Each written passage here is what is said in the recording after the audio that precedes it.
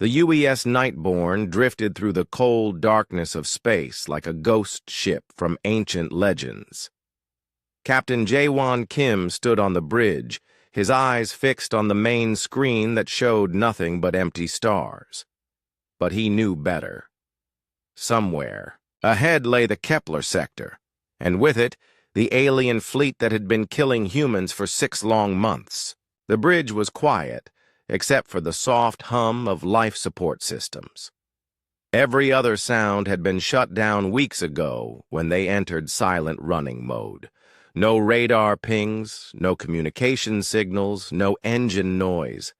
The Nightborne was invisible to everything in the universe, wrapped in its quantum void hull that bent light and energy around it like water flowing around a stone. "Captain," whispered Chief Science Officer Mina Park, her voice barely audible even in the silence. "We're 3 hours from the target zone." Jaewon nodded without turning around. 3 hours until they reached the place where the Vorthak aliens were gathered around another human colony, ready to add more names to their list of dead worlds. 3 hours until the war really began. Mina moved to her station and pulled up the mission files on her screen. The data made her stomach turn every time she read it. New Terra, population 2 million, wiped out completely. Haven Colony, 800,000 civilians, no survivors found. Prosperity Station, home to the best and brightest human scientists, now just floating debris and frozen bodies. The pattern was always the same. The Vorthak fleet would appear without warning above a human world. They never tried to talk or negotiate. They simply started killing. Every man, woman, and child. Every pet. Every farm animal. Every living thing that carried human DNA. Then they would burn the cities and move on to the next target. "They think we're weak," said Commander Hyun-Woo Lee from his position at the tactical station. His fingers moved across his controls, checking weapon systems that had been charging for days. "They think humans are just prey animals to be hunted." "They're about to learn different," Jaewon replied, his voice cold as the space around them. The Nightborne was not like other human ships. While the Earth Defense Force had built their vessels for show and ceremony, the Nightborne had been designed in secret facilities buried deep under Luna. Everything about it was built for one purpose: killing enemies who would never see it coming. Lieutenant Dong-Yun-Yu ran his hands over the weapons console, feeling the slight vibration that meant the quantum torpedo tubes were ready. Each torpedo carried enough destructive power to crack a moon in half. The ship carried 200 of them. Behind those were the gravitational cannons that could crush a battleship into a ball of twisted metal the size of a basketball. And above them all was the matter disintegration beam, a weapon so terrible that the scientists who built it had nightmares about what they had created. "Engineering reports all systems green," announced Engineer Naeon Lim from her station. She had spent the last week fine-tuning every system on the ship, making sure that when the time came, nothing would fail. The Nightborne was her baby, and she knew every circuit and power coupling like a mother knows her child's heartbeat. Jaewon finally turned from the main screen and looked at his crew. These 7 people were all that stood between humanity and extinction. The Earth Defense Force was gone, smashed to pieces in the first Vorthak attack 6 months ago. The surviving human colonies were scattered and defenseless, but the aliens didn't know about the Nightborne. They didn't know that while they had been celebrating their easy victories, humanity's most dangerous weapon had been crawling through space toward them like a predator stalking its prey. "Tae-hyung," Jaewon said to his communications officer, "show me the intelligence reports one more time." Tae-hyung Han brought up the holographic display in the center of the bridge. The Kepler system appeared as a miniature star system floating in the air, with dozens of red dots marking enemy ship positions. 200 Vorthak vessels, from massive dreadnoughts down to small patrol craft, all gathered around the human mining colony on Kepler 442b. They've been there for 2 weeks, Tae-hyung explained. Our spy drones report that they're gathering the human colonists into camps. They're planning another extermination event, probably within the next few days. Mina studied the formation with professional interest. They're not even trying to hide. No stealth ships, no advanced scouts watching for threats. They really do think we're helpless. How many humans are down there? Asked Ji-won Song, the ship's navigation officer. She had been plotting their approach course for weeks, calculating how to bring the Nightborne into the perfect position for maximum destruction. About 50,000, Tae-hyung answered. Miners and their families mostly. The colony's been there for 15 years. 50,000 people. 50,000 humans who were about to die unless the Nightborne could stop it. Jaewon felt the familiar cold anger settle in his chest. The UFO. Vorthak had made a mistake when they decided to hunt humans. They had mistaken mercy for weakness, civilization for softness. They were about to learn that when humans were pushed to the edge, they became something else entirely. Soo-young, he said to the ship's AI specialist. Are our reconnaissance drones ready? Soo-young Choi nodded from her station, surrounded by screens showing streams of data. 20 quantum stealth drones, all programmed and ready for deployment. They'll give us real-time intelligence on every enemy ship, including their weak points and weapon capabilities. Good. When we reach the edge of the system, deploy them immediately. I want to know everything about that fleet before we make our move. The hours passed slowly. One by one, the crew ran through their final preparations. Weapons were charged to full power. The ship's computers calculated firing solutions for every possible target. The stealth systems were tested and retested to make sure the Nightborne would remain invisible until the moment Jaewon decided to reveal it. As they approached the Kepler system, the tension on the bridge grew thick enough to cut with a knife. Everyone knew that in a few hours, they would either save 50,000 human lives and begin humanity's revenge, or they would die trying. There was no middle ground, no plan for retreat. The Nightborne had fuel for one battle, ammunition for one fight. Everything depended on making it count. 1 hour to the target zone, Ji-won reported, her voice steady despite the magnitude of what they were about to attempt. Jaewon looked around at his crew one more time. Remember, we're not just fighting for the people on that planet. We're fighting for every human who ever lived and every human who ever will live. The Vorthak wanted to make us extinct. Instead, we're going to make them wish they had never heard of Earth.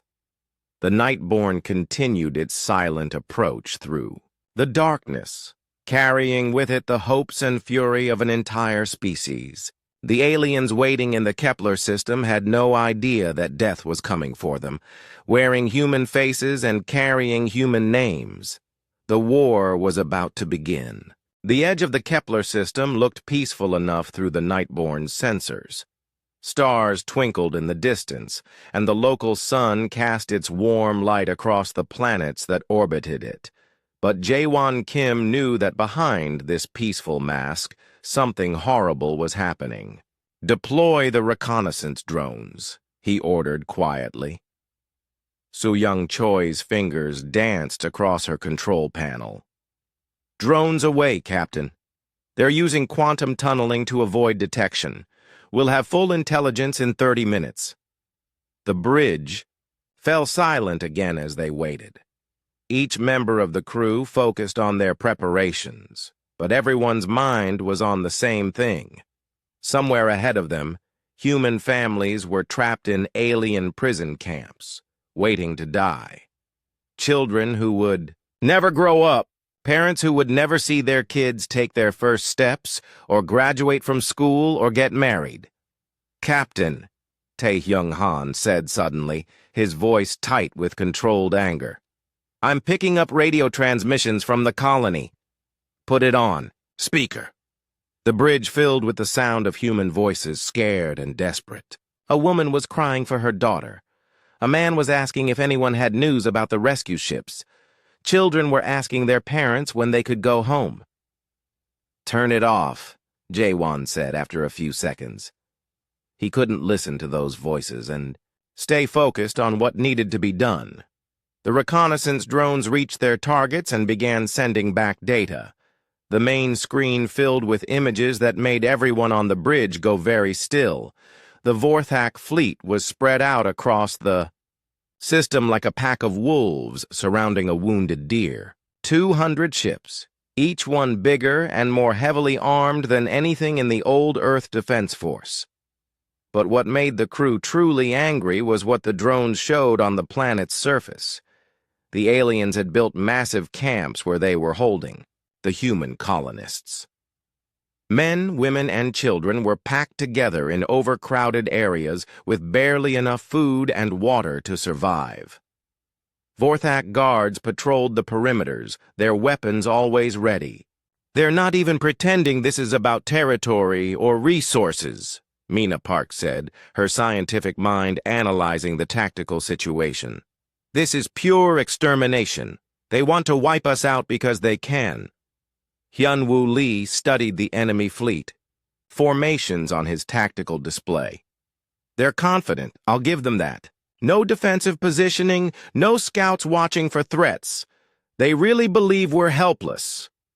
Jae-won walked to the center of the bridge and looked at the holographic display showing the enemy fleet. Each red dot represented a ship full of aliens who had decided that humans didn't deserve to exist. Each one of those ships had participated in the murder of entire worlds. "Soo-young, I want you to hack into their communication networks. Can you do it without being detected?" "Already working on it, Captain. Their cybersecurity is good, but not as good as they think it is."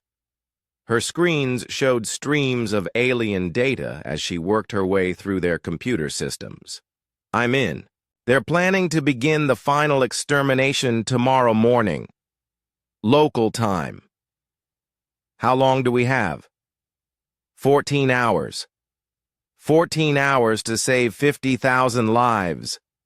14 hours to prove that humanity was not prey. 14 hours to begin the war that would determine whether humans had a future among the stars. "Dong-yun," Jae-won said to his weapons officer, "I want firing solutions for every ship in that fleet. Priority targets first, then work your way down." "Already on it, Captain." Dong-yun's screens showed dozens of targeting calculations. The quantum torpedoes can take out their cruisers and destroyers in the first salvo. The gravitational cannons will handle their battleships. The matter disintegration beam is locked onto their flagship. How long to destroy the entire fleet? If everything goes perfectly, 45 minutes. If we hit complications, maybe an hour and a half. Jae-won nodded. An hour and a half to wipe out 200 enemy ships. It sounded impossible, but the Nightborne had been built to do impossible things. "Nayeon, how are our power systems?" Engineer Nayeon Lim checked her readings. "All weapons charged to full capacity. The matter disintegration beam is ready for sustained fire. Stealth systems are operating at maximum efficiency. We could fight for 6 hours straight without any problems. Good. Ji-won, plot our attack course. I want us to start behind their flagship and work our way through the fleet. Stay mobile. Never let them predict where we'll be next. Navigation." Officer Ji-won Song studied the enemy formation on her screen. "I can give you a course that will let us hit every priority target while staying in their blind spots. But Captain, once we start shooting, they're going to know we're here. The stealth system won't help us once we open fire." That's the idea. We hit them hard and fast in the first wave, then we become visible and let them see exactly what they're up against. Fear is a weapon, too. The next few hours passed like a strange dream. The crew ran through their attack plans over and over, making sure everyone knew their role. They studied the enemy ships until they could identify each one by sight. They practiced firing sequences until their responses became automatic. All the while, the Nightborne continued its silent approach through the Kepler system. The quantum void hull kept them completely hidden from enemy sensors. As far as the Vorthak fleet knew, they were alone in the system with their helpless human prisoners. "Captain," Tae-hyung said as they reached the final approach point, "I'm monitoring Vorthak communications. They're excited about tomorrow's killing. They're taking bets on how long it will take to murder everyone." The bridge went completely silent. Even the soft hum of the life support system seemed to fade away. Every person on that bridge had just heard confirmation that they were facing an enemy that took pleasure in murdering innocent people. "Change of plans," Jaewon said, his voice colder than the space around them. "We're not waiting until tomorrow. We attack in 1 hour." "Captain?" Mina asked. "I've heard enough. These aliens want to hunt humans? Fine. Let's show them what it feels like to be prey." He turned to address his entire crew. "People, in 1 hour, we're going to do something that will change the course of human history. We're going to prove that humanity doesn't bow down to bullies, no matter how big they are or how many ships they have.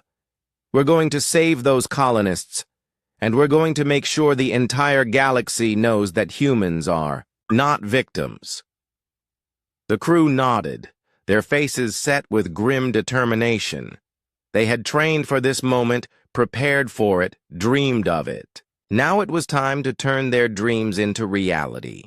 All stations report readiness. Weapons ready, navigation ready, engineering ready, communications ready, AI systems ready, tactical ready, science ready. Jaewon looked at the main screen. One more time. The Vorthak fleet floated ahead of them, completely unaware that death was approaching from behind. Their ships looked powerful and intimidating, but he knew something they didn't. The most dangerous predator in the galaxy was the one you never saw coming. "Take us in, Ji-won. Silent approach, maximum stealth. It's time to go hunting." The Nightborne moved through the Vorthak fleet like a shark swimming through a school of fish. The alien ships floated all around them, close enough to touch, but completely unaware that death had come to visit. Jaewon Kim watched the tactical display as they approached the perfect position for their first strike.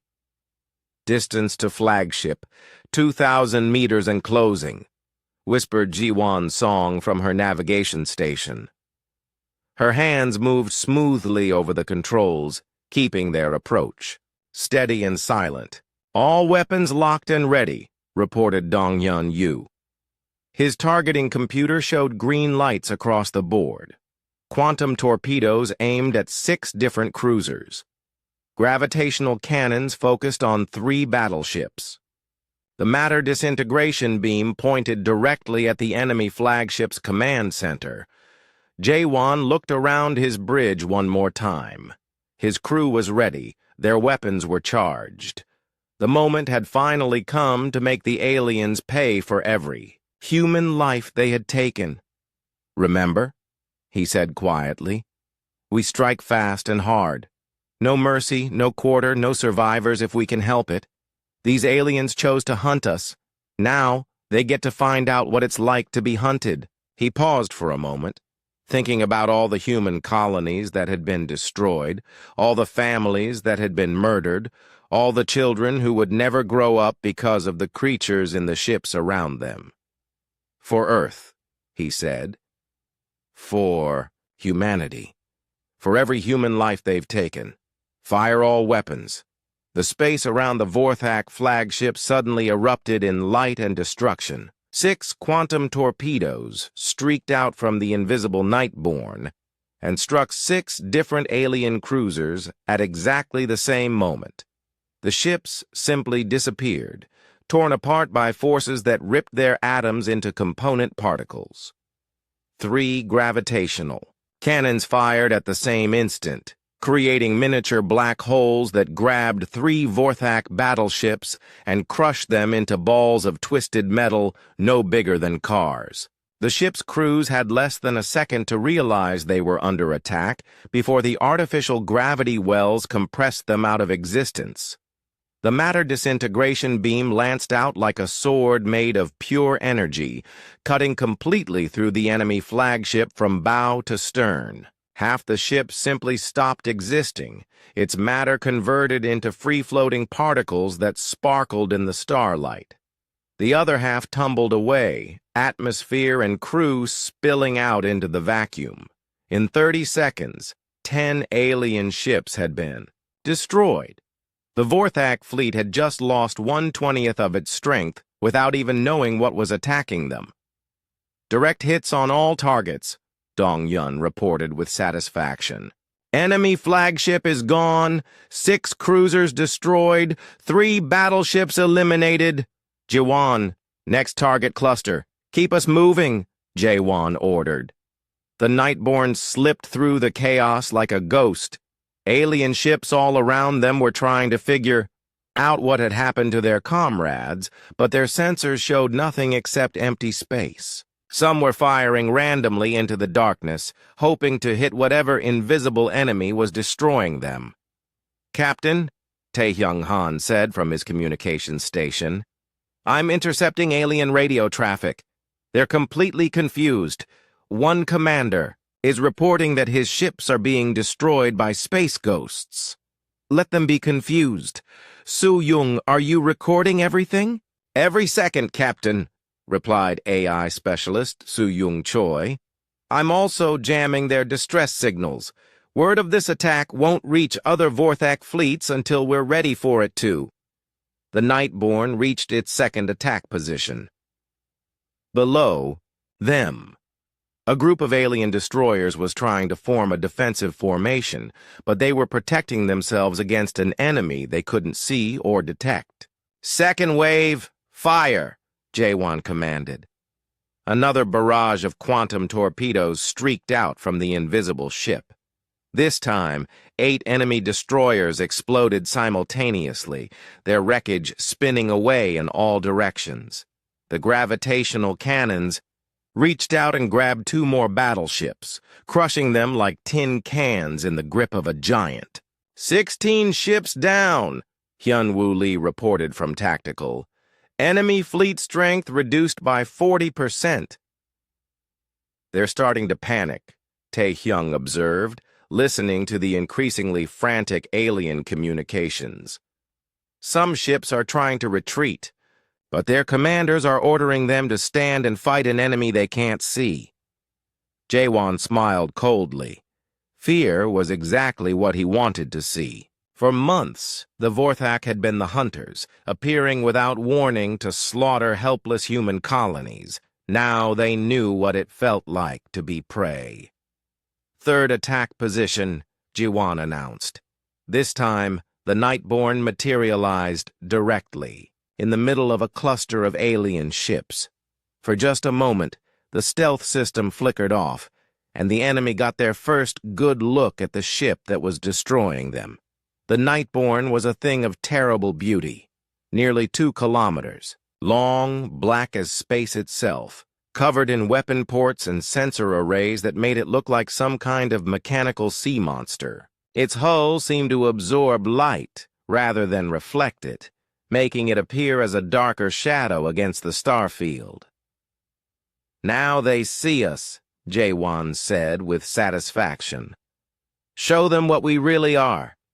The matter disintegration beam fired again. This time sweeping across 3 alien cruisers in a single continuous blast. The ships simply ceased to exist where the beam touched them, leaving only empty space where moments before there had been thousands of alien crew members.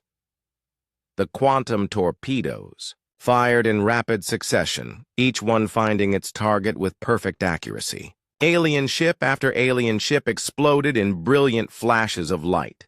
The gravitational cannons reached out like invisible hands of death, grabbing enemy vessels and crushing them into scrap metal. "Enemy fleet is breaking apart," Hyun-woo reported. "Some ships are trying to run, others are firing at random coordinates hoping to hit us." "Let them run," Jae-won said, "but make sure a few of them survive to tell the story. I want every Vorthak in the galaxy to know what happened here." The battle continued for another 20 minutes. The Nightborne moved through the remaining enemy, ships like a predator among prey, destroying some and deliberately sparing others. Every alien who survived would carry the tale of the ghost ship that appeared from nowhere and wiped out an entire fleet. By the time it was over, only 30 Vorthak ships remained out of the original 200. Most of those were damaged and fleeing as fast as their engines could carry them.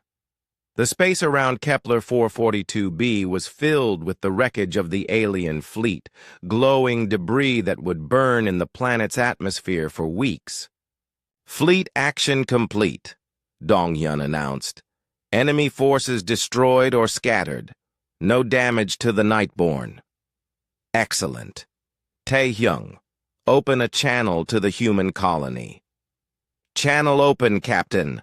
Jae-won's voice carried across space to the 50,000 humans trapped in alien prison camps on the planet below. "This is Captain Jae-won Kim of the United Earth ship Nightborne. The Vorthak fleet has been destroyed. You are safe. Stand by for orbital support while we eliminate the remaining ground forces." On the planet's surface, human colonists looked up at the sky and saw the burning debris of the alien fleet that had been about to murder them all. Some cried with relief. Others cheered and shouted with joy. Children who had been prepared to die were suddenly free to dream about the future again. "Mina," Jae-won said to his science officer, "scan the planet for remaining Vorthak forces." "Scanning now, Captain. I'm reading approximately 500 alien ground troops scattered across 3 prison camps. They're heavily armed, but completely cut off from orbital support." "Then let's go finish the job. We didn't come this far to leave our people in cages." The Nightborne turned toward the planet below, where the final act of the battle was about to begin. The aliens on the ground had just watched their entire fleet get destroyed by an enemy ship they had never seen before. Now that same ship was coming for them. The ghost ship had risen from the darkness of space, and it was hungry for vengeance.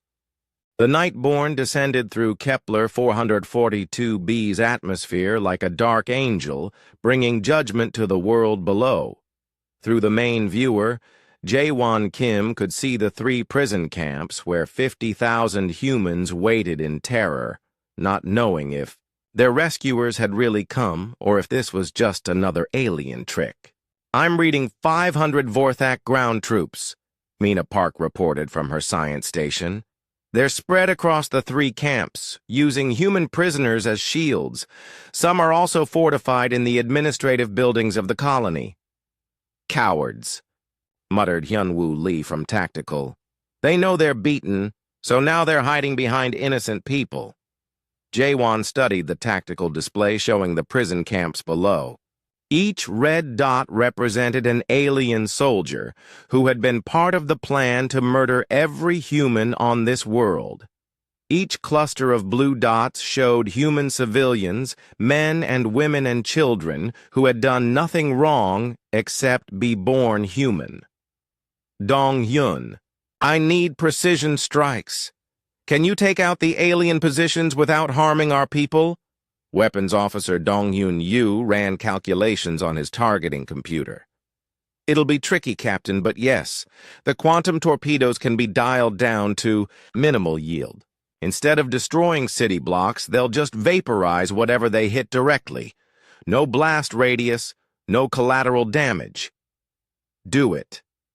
Target every alien position simultaneously. I want this over fast. Targeting solutions locked. Ready to fire. On your command. Jaewon opened a communication channel to the planet. His voice echoed across the prison camps through speakers that the aliens had set up to terrorize their prisoners. But now, instead of alien threats, the speakers carried the voice of human salvation. Attention, Vorthak forces. This is Captain Jaewon Kim of the UES Nightborne. You have 60 seconds to surrender unconditionally and release all human prisoners. If you refuse, you will be eliminated with extreme prejudice. The response came quickly in the form of alien weapons fire directed at the groups of human prisoners. The Vorthak commander's voice crackled over the radio in broken human speech. Human ship! You leave now or we kill all prisoners. We have weapons pointed at your people. Jaewon's expression didn't change. He had expected this. The aliens were desperate, cut off from their fleet, facing an enemy they couldn't fight. Of course they would try to use human shields. Su-young, he said to his AI specialist, I need you to hack into the camp's security system. Get me a real-time view of every alien position. Already on it, Captain. Su-young's fingers flew over her keyboard as she penetrated the alien computer networks. I've got access to their surveillance cameras. Feeding the data to Tactical now. New information. Flooded Dong-hyun's targeting computer. Now he could see exactly where each alien soldier was positioned, exactly where each human prisoner was being held, exactly how to thread quantum torpedoes through the chaos to hit only the enemies. Solutions updated, Dong-hyun reported. I can. Take them all out simultaneously. The prisoners will be safe. Then let's show these aliens what precision warfare looks like. Fire. 30 quantum torpedoes, each one dialed down to surgical precision, streaked down from the Nightborne toward the prison camps. To the humans on the ground, it looked like 30 small stars were falling from the sky. To the Vorthak soldiers, it looked like death coming for them personally. The torpedoes struck their targets with perfect accuracy. Each alien position simply vanished in a brief flash of light. Guard towers, weapon emplacements, command bunkers, armored vehicles. Everything the Vorthak had used to control and threaten the human prisoners was erased from existence in less than 5 seconds. When the light faded, the prison camps were silent. 500 alien soldiers had been eliminated without a single human casualty. The fences and barriers that had kept the colonists trapped were gone. For the first time in weeks, the humans were free. Direct hits on all targets, Dong-hyun confirmed. No alien survivors detected. All human prisoners are safe and secure. Cheers erupted from the communication channels as 50,000 human voices celebrated their freedom. Children were crying with relief. Adults were hugging each other and laughing and shouting thanks to the sky where their rescuers waited. But Jaewon wasn't finished. The immediate threat was over, but there was still work to do. Taehyung, patch me through to the colony leaders. Channel open, Captain. This is Captain Kim. You're safe now, but I need information. Were there other colonies under attack? Other Vorthak fleets threatening human worlds?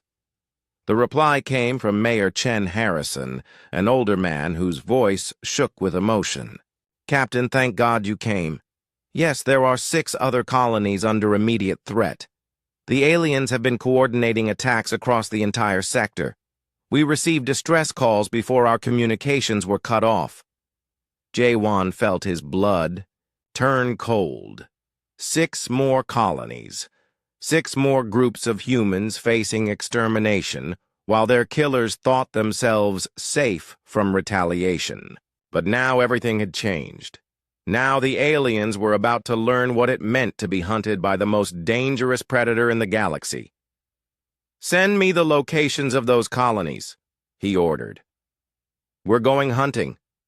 "Captain," Mina said quietly, "if there really are 6 more fleets out there, we're talking about over 1,000 alien ships total. That's more than we can handle in direct combat." "We're not going to fight them in direct combat," Jaewon replied with a cold smile.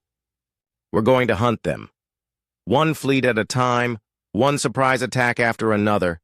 By the time we're done, the entire Vorthak Navy is going to be afraid to leave port." He turned to address his entire crew. "People, what we did here today was just the beginning. We've proven that humans aren't helpless prey. Now we're going to prove that when you try to genocide humanity, humanity genocides you right back." Nayan Lim looked up from her engineering station. "Captain, our weapon stores are down to about 70%. If we're going to fight 6 more fleets, we'll need to resupply." "Negative. We'll use what we have and make every shot count. Speed and surprise are our advantages. If we stop to resupply, we lose the element of shock that makes us so effective." "Sir," Jiwon Song said from navigation, "I'm plotting courses to the threatened colonies. If we move fast, we can reach 3 of them before their scheduled extermination dates. Then that's what we'll do. Set course for the nearest colony. Maximum speed." As the Nightborne lifted away from Kepler 442b, Soo-young Choi was busy with another task. She had hacked into the computer systems of the fleeing Vorthak ships and was uploading something very special, complete recordings of the battle they had just witnessed. "Captain," she said with satisfaction, "I've just sent high-definition video of our attack to every surviving alien ship. They'll carry those recordings back to their bases, their commanders, their governments. Within days, every Vorthak in the galaxy will know about the ghost ship that can appear anywhere and destroy entire fleets." "Good. Let them spread the word. Let them tell everyone what happens to species that try to hunt humans." The ship accelerated away from the Kepler system, leaving behind a graveyard of alien ships and 50,000 grateful human survivors. But more importantly, it was carrying a message that would soon spread across the galaxy. Humanity was no longer prey. The hunters had become the hunted. And the most terrifying predator in known space was a ship called the Nightborne, crewed by humans who had decided that mercy was a luxury they could no longer afford. The aliens had wanted a war of extermination. Now they were going to get one. But they had chosen the wrong side to be the victims. The Reaper's dance had begun, and death was wearing a human face. The Nightborne emerged from hyperspace above New Shanghai Colony, like a dark storm cloud, bringing salvation to the damned. Captain Jaewon Kim stood on the bridge, watching the tactical display that showed another Vorthak fleet surrounding another helpless human world. 150 alien ships this time, smaller than the force at Kepler but still more than enough to murder every person on the planet below. "Status report," Jaewon ordered. "Same pattern as before," Mina Park replied from her science station. "The aliens have been here for 10 days. All human civilians have been rounded up into concentration camps. I'm reading about 80,000 people down there, including a lot of children." Jaewon's jaw tightened. Children. The aliens were planning to murder children, and they were probably looking forward to it. The recordings that Soo-young had intercepted from other alien fleets made it clear that the Vorthak considered killing human young to be some kind of sport. "How long before they begin the extermination?" he asked. "According to their communications, tomorrow at dawn," Tae-hyung Han reported. "They're calling it a cleansing ceremony. They've invited observers from other alien species to watch." "Observers?" Hyun-woo Lee looked up from his tactical station. "They're turning genocide into entertainment?" Not anymore, they're not, Jaewon said coldly. Dong-yun, target the observer ships first. I want every alien who came here to watch humans die to understand exactly what they're really here to see. The Nightborne slipped through the enemy fleet, like a shark among sleeping whales. This time, Jaewon had decided on a different approach. Instead of destroying the entire fleet immediately, he wanted to send a message that would spread fear throughout the galaxy. Observer ships targeted, Dong-yun confirmed. 12 vessels from 6 different species. They're clustered together in what they think is a safe observation zone. Fire! 12 quantum torpedoes streaked out from the invisible Nightborne. The observer ships vanished in brilliant flashes of light, their crews never knowing what hit them. In 5 seconds, representatives from 6 alien civilizations had been eliminated for the crime of wanting to watch humans die. Now the Vorthak fleet, Jaewon ordered. But this time, we do it slowly. I want them to have time to think about what's happening to them. The Nightborne began its deadly dance through the enemy formation. Instead of destroying multiple ships at once, they targeted them one at a time. A cruiser would explode then. 30 seconds later, a destroyer would be crushed by gravitational forces. Then a minute later, a battleship would be cut in half by the matter disintegration beam. Captain, Taehyung said, I'm monitoring alien communications. They're terrified. The fleet commander is begging his superiors for permission to retreat, but they're ordering him to stay and fight. Let them stay, Jaewon replied. We're teaching the entire galaxy a lesson about what happens when you threaten humanity. The systematic destruction continued for over an hour. One by one, the alien ships died. Some tried to run and were hunted down. Others tried to hide behind the planet and were found anyway. A few attempted to use human prisoners as shields and discovered that the Nightborne's weapons were precise enough to vaporize alien ships while leaving nearby structures completely untouched. When it was over, only 20 alien ships remained out of the original 150. They fled the system in panic, carrying with them more recordings of impossible human technology and unstoppable human fury. Begin planetary operations, Jaewon ordered. Precision strikes on all ground forces. This time, the alien troops on. The surface didn't even try to fight. They had watched their entire fleet get destroyed by an enemy they couldn't see.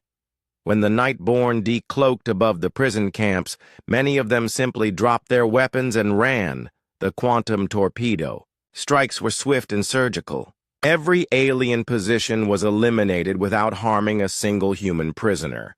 Guard towers, weapons depots, command centers, everything the aliens had built to control and terrorize the colonists was erased from existence. All enemy forces eliminated. Dong-yun reported, 80,000 human prisoners are free and safe. Excellent. Naeon, deploy emergency supply pods to the colony. They'll need food, medicine, and communication equipment. Engineer Naeon Lim had prepared for this. Supply. Pods launching now, Captain. Each one contains enough materials to support 10,000 people for a month, plus medical supplies and quantum communicators so they can contact other human colonies. As the supply pods descended toward the planet, Jaewon opened a communication channel to the liberated colonists. His voice echoed across the prison camps where 80,000 humans were emerging from weeks of captivity.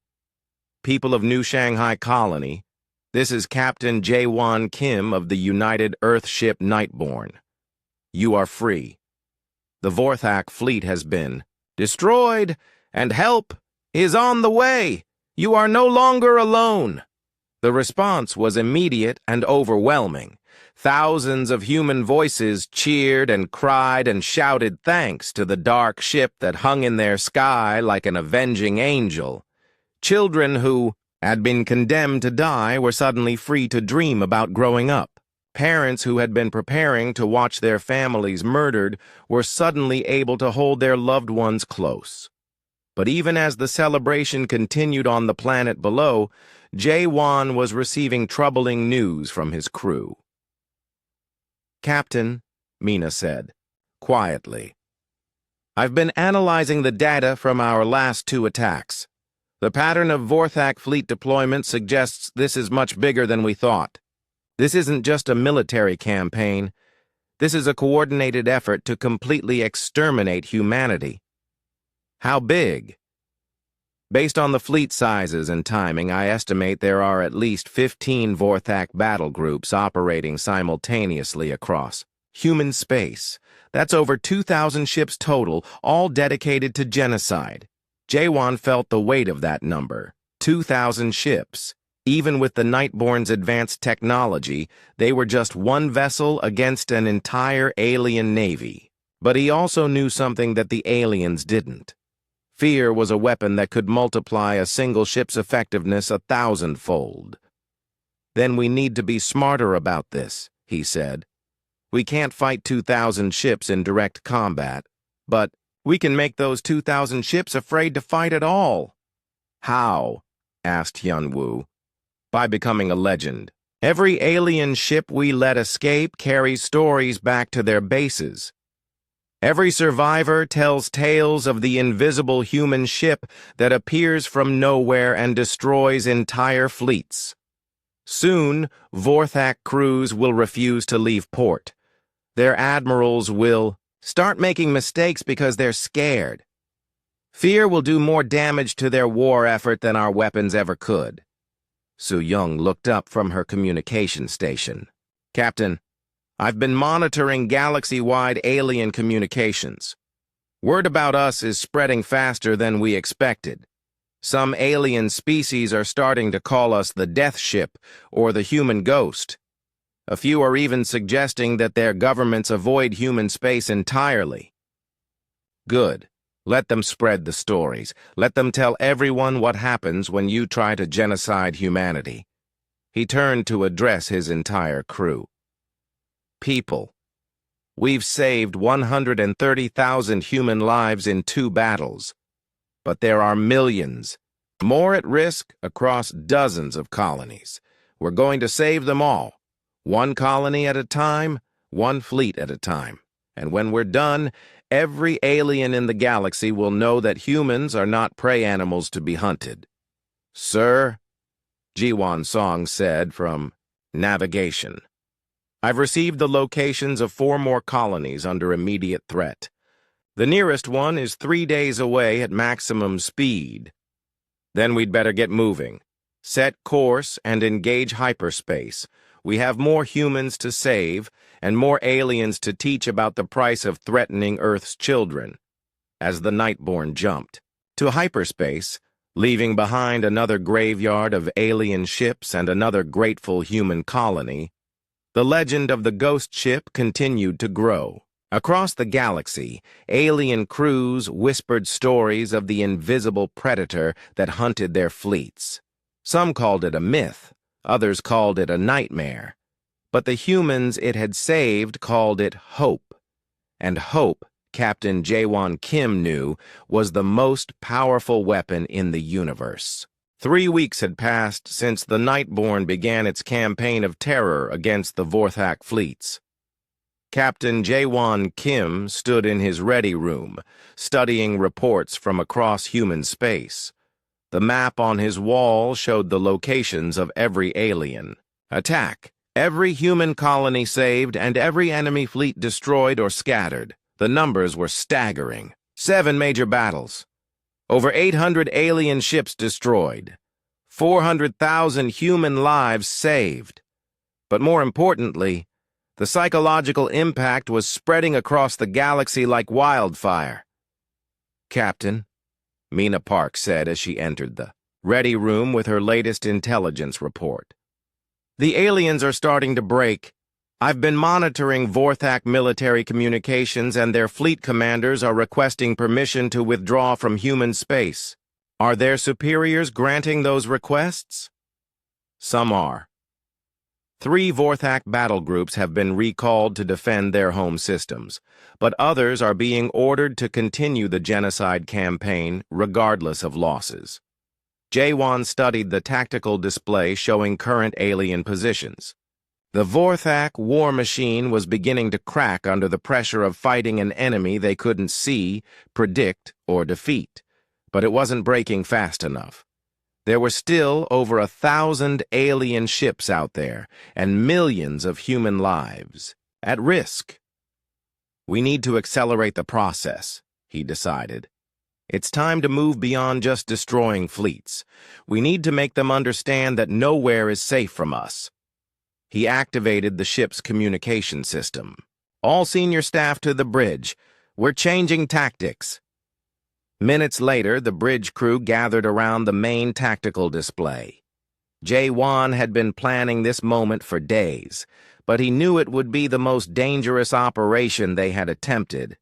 So far, "People," he began, "we've been reacting to alien attacks on human colonies. Now we're going to start attacking them in their own territory. I want to hit 3 Vorthak supply bases simultaneously." The crew exchanged glances. Supply bases meant heavily defended installations deep in alien space, surrounded by patrol fleets and orbital defense platforms. "Captain," Hyunwoo Lee said, "carefully, attacking supply bases is a very different mission from fleet actions. We'll be facing fixed fortifications, not mobile ships. I know, but supply bases are the backbone of their war effort. Destroy their ability to refuel and rearm their fleets, and the entire genocide campaign collapses." Dong-Yun Yu pulled up, targeting data on his screen.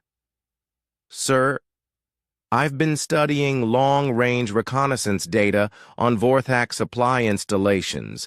They're heavily defended, but most of their weapons are designed to stop conventional attacks. They won't be expecting a stealth assault. Exactly. We hit them fast and hard, then disappear before they can react. But more importantly, we time the attacks so that word spreads. I want every alien in the galaxy to know that the human ghost ship can strike anywhere, anytime." So-Young Choi looked up from her communication console. "Captain, I've been monitoring alien news networks. The stories about us are getting bigger every day. Some alien species are calling for their governments to declare neutrality in the human-Vorthak conflict. They don't want to risk being targeted by what they're calling the invisible death." "Good. Fear is our best weapon. The more aliens who refuse to support the Vorthak, the more isolated they become." Jiwon Song studied the navigation requirements for hitting 3 targets in one day. "Captain, the supply bases are spread across a 30-light-year area. We can hit them all, but we'll need to move fast. No time for detailed reconnaissance on each target. We'll use remote probes launched from hyperspace. Soo-Young, I want you to hack into their computer networks before we arrive. Get me detailed layouts, defensive positions, and personnel counts." "Already working on it, Captain. Their cybersecurity is good, but they're not expecting attacks from someone who doesn't exist." The next 6 hours were spent in intensive preparation. The crew studied the target installations, planned approach routes, and calculated weapon loads for maximum psychological impact. The goal wasn't just to destroy the bases, it was to make their destruction impossible to ignore or explain away. "First, target coming up," Jiwon announced as they dropped out of hyperspace at the edge of the Procyon supply depot. "Remote probes deploying now." The reconnaissance drones slipped through the Vorthak defensive perimeter like ghosts, gathering intelligence on weapon positions, patrol routes, and supply storage areas. Within minutes, they had a complete picture of the installation. "Interesting," Mina observed, studying the probe data. "They've got 200 ships docked for refueling and supply. If we time this right, we can take out both the base and a significant portion of their reserve fleet. Do it, J1 ordered. The Nightborne approached the supply depot using its quantum stealth systems. To the alien sensors, there was nothing in the area except empty space and the normal background radiation of the cosmos. The defensive satellites and patrol ships continued their routine patterns, completely unaware that death was approaching. All targets locked, Dong-Yun reported. Quantum torpedoes armed and ready. Fire. The supply depot and its docked fleet vanished in a series of brilliant explosions.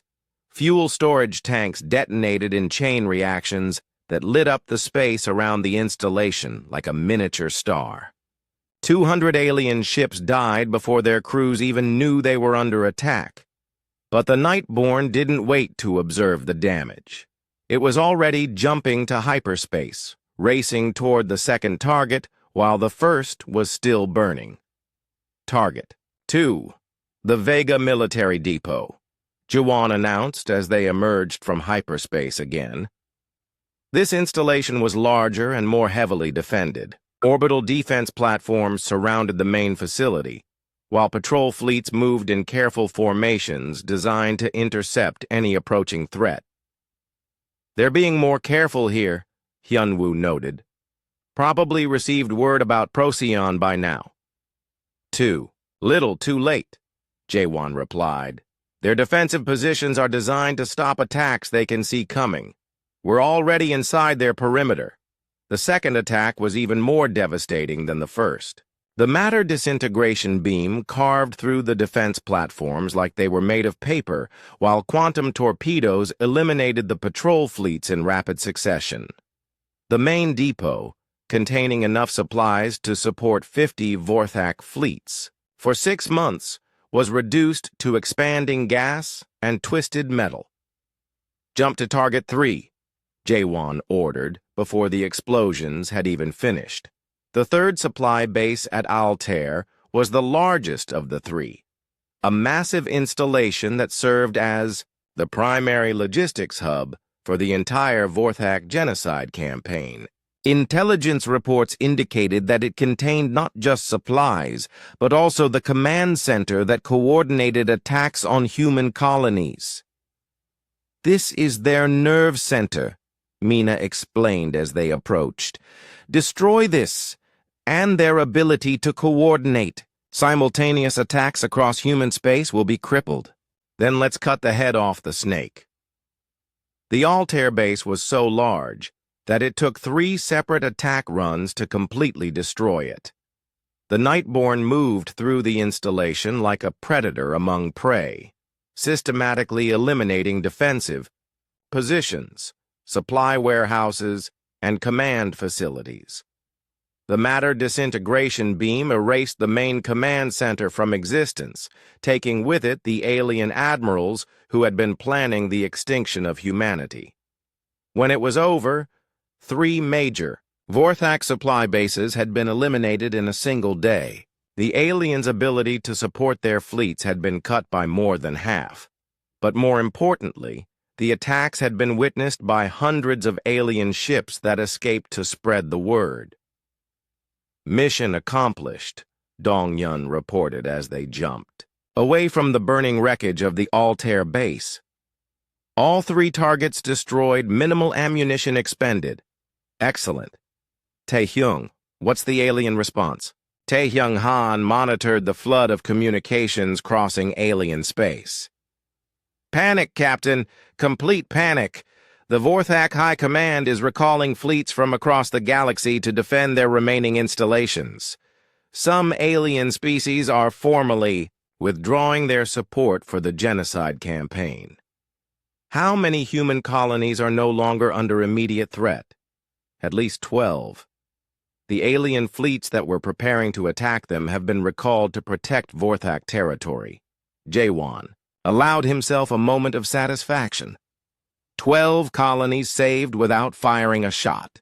Hundreds of thousands of human lives protected simply by making their enemies too afraid to continue their attacks. Captain, So-young said with excitement in her voice. I'm picking up something interesting from the alien communication networks. Several non-Vorthak species are referring to us as the human death god and suggesting that their governments avoid any actions that might be seen as hostile to humanity. The legend is spreading, Neon observed from her engineering station. Fear of us is becoming fear of all humans. That's exactly what we want, Jaewon replied. The more the galaxy fears humanity, the safer our colonies become. But we're not done yet. The Vorthak still have over 1,000 ships out there, and they're still planning to complete their genocide. He turned to address his crew. People, what we've accomplished in the last few weeks has changed the balance of power in the galaxy.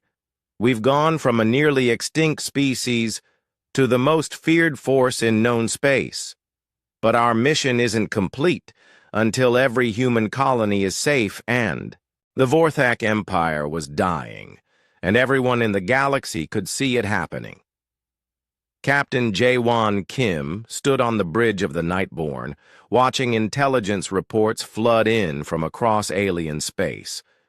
What had once been the most powerful military force in known space was now a collection of frightened fleets hiding behind their strongest defenses, afraid to venture out into the darkness where the human ghost ship might be waiting.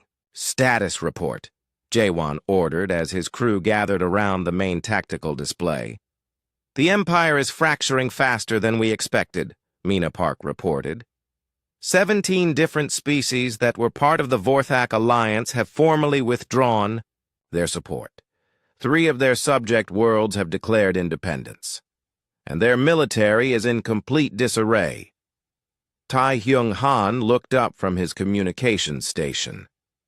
Captain, I'm monitoring Vorthak internal communications. There's been a military coup attempt on their homeworld.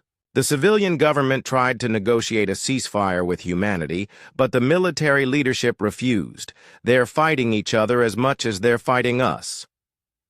How many ships do they have left? Hyunwoo Lee asked from Tactical. About 600 in total, Mina replied. But they're scattered across their territory, most of them too afraid to leave port. The only significant concentration is around their homeworld, about 200 ships forming their final defensive line. Jaewon studied the display showing the Vorthak home system. It was heavily fortified, with multiple defensive rings of ships, orbital platforms, and automated weapon systems. The aliens had pulled back their strongest units to protect their most important world, creating the largest concentration of enemy forces the Nightborne had ever faced. They're making their last stand, he observed. Everything they have left, concentrated in one place. Captain, Soo-Young Choi said from her station, I've been monitoring communications from other alien civilizations. The political situation across the galaxy is shifting dramatically. Some species are sending diplomatic messages to human colonies, offering assistance and expressing support for our cause. Support? Jaewon raised an eyebrow. 6 months ago, none of them lifted a finger to help us when the Vorthak were committing genocide. Fear changes minds quickly, sir. Several alien governments are officially condemning the Vorthak genocide campaign and offering to provide humanitarian aid to human refugees. Nayeon Lim looked up from her engineering console. Captain, we've received a coded transmission from the human underground resistance. Apparently, there are still human prisoners being held in forced labor camps across Vorthak territory. If we're going to save them, we need to act before the Empire completely collapses. How many prisoners? Unknown exact numbers, but estimates suggest at least 500,000 humans are still being held in various facilities. Jaewon felt the familiar cold anger settle in his chest. 500,000 humans, enslaved by the same aliens who had tried to exterminate their entire species.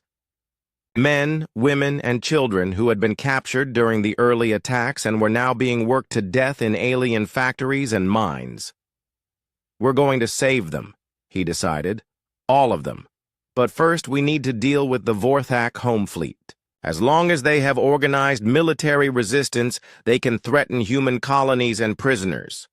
Sir, Dong Yun-yu said from weapons, attacking the home system will be our most dangerous mission yet. 200 ships, plus orbital defenses, plus whatever automated systems they've set up. Even with our stealth advantage, the odds are challenging. Then we don't fight them conventionally. We use what we've learned about fear and psychological warfare. We make them defeat themselves. Over the next several hours, Jae-won and his crew developed a plan that was as audacious as it was terrifying. Instead of launching a direct assault on the Vorthak home fleet, they would systematically destroy the Empire's ability to function while leaving the fleet intact but helpless. The plan is simple, Jae-won explained to his assembled crew. We target their infrastructure, not their ships. Power generation, communications, supply lines, government facilities. We turn their homeworld into a prison for their own fleet. And the psychological impact? Asked Hyun-woo. Imagine being a Vorthak admiral, sitting in your flagship with 200 warships under your command, and watching helplessly as an invisible enemy destroys your entire civilization around you. Unable to fight back, unable to protect anything, unable to even see what's killing you. The Nightborne approached the Vorthak home system using a route that took them through the outer planets, avoiding the main defensive positions. Their quantum stealth systems made them completely invisible to the alien sensors, allowing them to observe the enemy preparations without being detected. 237 ships, Mina reported after completing their reconnaissance. Arranged in defensive spheres around the homeworld, they're using overlapping sensor networks and patrol patterns designed to detect any approaching threat. Except, they can't detect us, Soo-young observed with satisfaction. Their sensors are designed to find conventional ships, not quantum stealth technology. Begin Phase 1, Jae-won ordered. Target their communication satellites first. The Nightborne moved through the outer system like a shadow, systematically destroying the network of communication satellites that linked the Vorthak fleet to their command structure. One by one, the satellites simply vanished, cut apart by precision strikes from the matter disintegration beam. Communications network down, Tae-hyung reported. The fleet is blind and deaf. They can see each other, but they can't coordinate with ground control or receive orders from their high command. Phase 2. Target the power generation facilities on the homeworld. The ship descended toward the planet, slipping through the defensive fleet like smoke through a net. The aliens never knew how close death had come to them. On the planet's surface, fusion power plants and orbital power collectors began exploding in sequence, plunging entire continents into darkness. Planetary power grid failing, Mina reported. Industrial production down by 80%. Life support systems in major cities are switching to emergency power. Phase 3. Government and military facilities. This was the most dangerous part of the operation. The matter disintegration beam reached down from orbit like the finger of an angry god, erasing key buildings from existence. The Vorthak High Command building simply vanished, taking with it the alien leaders who had ordered the genocide of humanity. Military headquarters, intelligence centers, weapons factories, all of them disappeared in flashes of light that could be seen from orbit. Sir, Dong-yun said with amazement in his voice, the enemy fleet isn't even trying to respond. They're just sitting there, watching us destroy their homeworld. Because they can't see us to shoot at us, and they can't communicate with each other to coordinate a response, Jae-won replied. Fear has paralyzed them completely. Captain, Tae-hyung called out, I'm intercepting radio transmissions from the planet. The civilian population is in complete panic.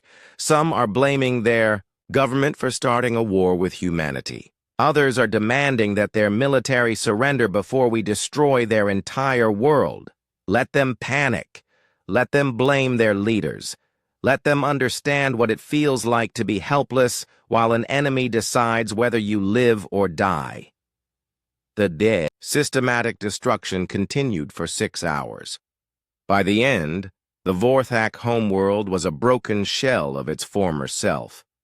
The government was gone, the military command structure was eliminated, and the industrial base that had supported their war machine was in ruins.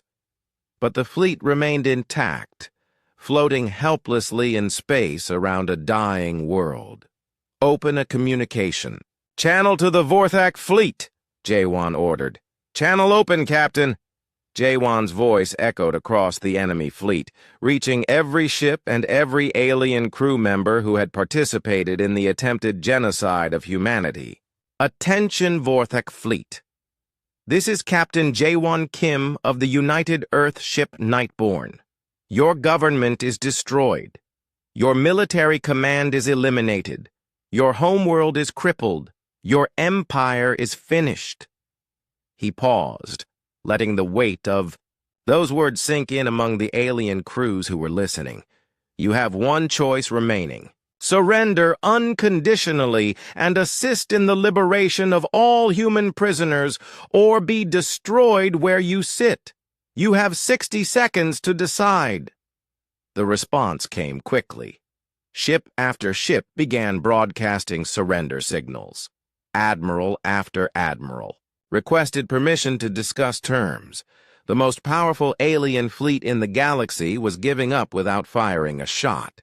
"Sir," Hyunwoo reported, "we're receiving surrender messages from 198 ships. Only 2 vessels are refusing to comply. Destroy them." 2 quantum torpedoes streaked out from the invisible Nightborne. The 2 defiant ships exploded in brilliant flashes of light, their wreckage tumbling through space as a final lesson to any aliens who might still think about resisting. "Fleet surrender complete," Dong-Yun announced. "All remaining ships are requesting instructions." Jae-won allowed himself a moment to savor the victory. The Vorthak Empire, which had seemed invincible just months ago, was now a collection of beaten survivors begging for mercy from the species they denied. 6 months after the fall of the Vorthak Empire, the UES Nightborne returned to Earth orbit like a conquering hero coming home from the wars. Captain Jae-won Kim stood on the bridge, looking down at the blue and white marble that was humanity's birth world, and felt something he hadn't experienced in almost a year. Peace. The war was over.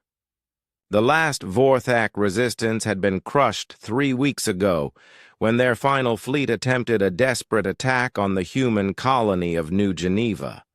The Nightborne had arrived before the aliens could fire a single shot, and the entire enemy force had surrendered immediately upon detecting the ghost ship's presence. "Final mission report, Captain?" asked Mina Park from her science station. Jae-won pulled up the statistics on his personal display. The numbers told the story of a war that had transformed both humanity and the galaxy itself. 47 major fleet actions, he read aloud. Over 1,500 enemy ships destroyed or captured. 800,000 human lives directly saved from extermination, an entire alien empire brought to its knees by a single ship and 8 brave souls. But the real victory wasn't measured in ships destroyed or battles won. It was measured in the fundamental change in how the galaxy viewed humanity. Where once humans had been seen as weak prey animals, they were now regarded as the most dangerous predators in known space. "Sir," Tae-Hyung-han reported from communications, "we're receiving the final status updates from the human prisoner liberation operations. All camps have been successfully liberated. Total number of humans freed from Vorthak forced labor facilities, 732,000. Nearly 750,000 people who had been enslaved by the aliens were now free, thanks to the terror that the Nightborne had inspired in their captors. Most of the aliens had simply abandoned the camps and fled when word spread that the ghost ship was coming for them. And the reconstruction efforts? Jaewon asked. Proceeding. Ahead of schedule, Neon Lim replied from engineering. 23 alien species have volunteered to provide materials and assistance in rebuilding the destroyed human colonies. The Kepler colony is already back to full population, and New Shanghai will be completely rebuilt within 2 years. It was remarkable how quickly alien attitudes had changed once they realized that humans were not victims to be ignored, but predators to be respected and, if necessary, feared. Species that had remained neutral during the genocide campaign were now falling over themselves to establish friendly relations with humanity. Captain, Su Young Choi called out from her station, I'm receiving a priority transmission from Earth Defense Command. They're requesting our immediate return to Luna Base for debriefing and celebration. Jaewon smiled slightly. Celebration? The idea seemed strange after so many months of war and death and revenge, but perhaps it was time to remember that they had been fighting not just to destroy their enemies, but to preserve the possibility of joy and hope for future generations. Set course for Luna Base, he ordered. Time to go home. As the Nightborne descended toward humanity's moon, Jaewon reflected on how much had changed since they first departed on their mission of vengeance. Then, they had been the crew of a secret weapon, unknown to the galaxy and desperate to save their species from extinction.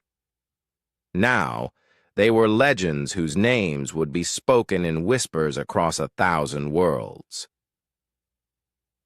The ship docked at Luna Base to a reception unlike anything in human history. Representatives from every human colony, every Earth government, and dozens of alien species had gathered to witness the return of the ghost ship that had saved humanity and reshaped the galaxy. Captain Kim, Admiral Sarah Chen said as she welcomed them to the dock. On behalf of all humanity, thank you.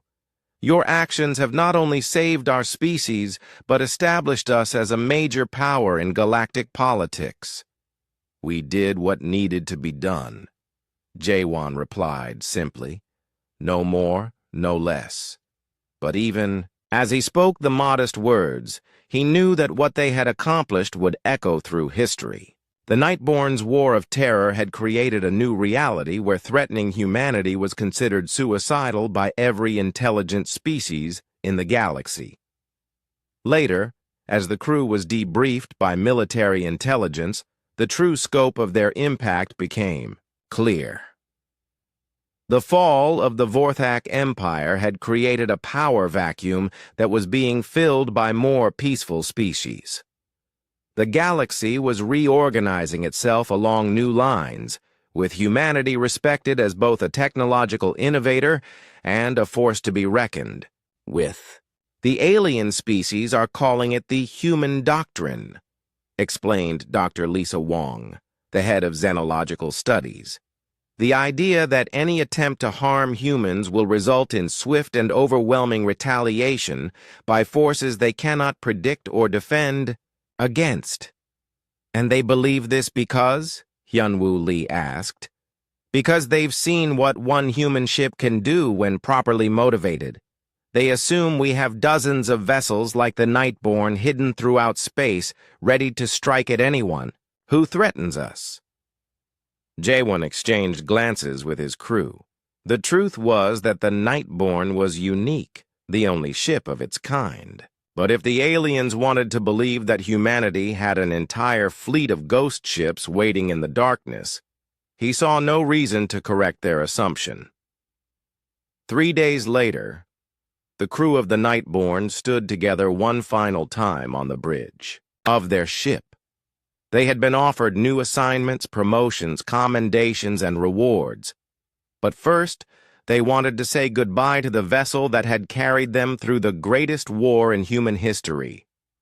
"She's a good ship," Nayeon said, running her hand along the engineering console that had never failed them in battle. "The best," agreed Dong-yun, checking his weapons systems one last time. "Will they build more like her?" Ji-won asked. "Classified," Jae-won replied with a slight smile. "But I imagine that humanity will want to maintain our reputation as the species. You don't want to fight." As they prepared to leave the ship for the last time, Soo-young activated the main viewer to show them the view of Earth hanging in space beyond Luna. It was the same view they had seen when they first departed on their mission, but now it meant something different. Then, it had been a world under threat, the home of a species facing extinction. Now, it was the capital of the most feared military force in the known galaxy. "What do you think happens next?" Mina asked. "Peace," Jae-won said with certainty.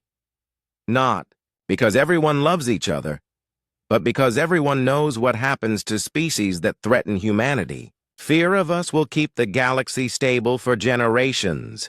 And if someone forgets the lesson, then we remind them."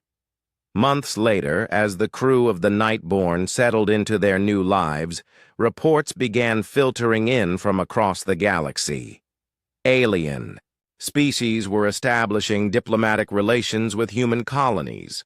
Trade agreements were being signed. Cultural exchanges were being arranged.